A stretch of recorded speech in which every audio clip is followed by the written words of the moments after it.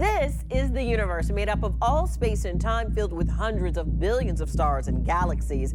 This is all a part of ordinary matter. But 25% of the universe's mass and energy you can't see. It's called dark matter. Meet Dr. Chris Kelso and Dr. Greg Wirtz. These two physicists have a galaxy-sized task to find dark matter with a new technique, paleodetectors. In theory, scientists have talked about dark matter since the 1930s because we can see how it affects other galaxies, but we can't see it, like gravitational pull. Dr. Kelso and Wirtz will try to find it through taking ancient rocks and breaking them open, looking for evidence of dark matter particles.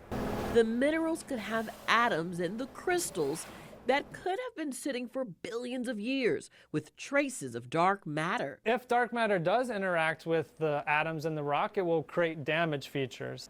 Kelso will do the theory and analysis research for the project. Dark matter, it's depositing its energy over a bigger area. And so Dr. Greg Wirtz will be looking for the damage and executing the experiments, like atomic force microscopy, a very high-resolution scan for the rocks. It happens here in this compartment.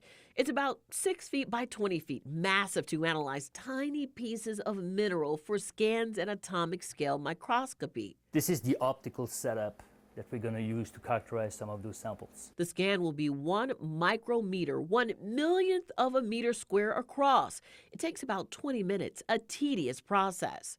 What you see here is a cantilever. The mineral is mica, and it's one of the minerals that they will scan to look for proof of dark matter. We'll use all of it. In a crystal, it's perfectly shaped, but they will look for damage like neutrinos, radioactive decay, cosmic ray muons, and other surrounding rock neutrons. we have predictions for One scan will result in an image like this.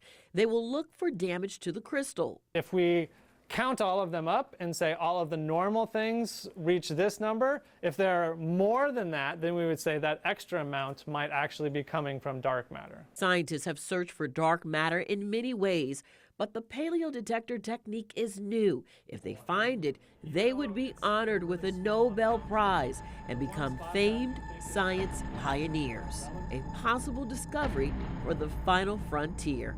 Jenese Harris, Channel 4, the local station.